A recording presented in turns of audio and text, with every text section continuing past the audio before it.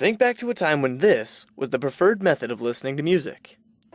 It's hard to believe that it's also the same time the United States began working on these surveillance satellites used during the Cold War that are now declassified.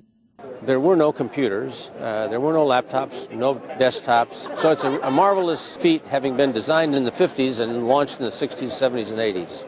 The U.S. launched the satellites for over 3 decades to monitor and keep track of the Soviet Union. They've been the heart and soul of strategic reconnaissance for the United States. We're just fortunate enough today to be able to declassify them and make them available to the public. Today, they're on display in the Eugene W. Kettering Cold War exhibit in the National Museum of the United States Air Force.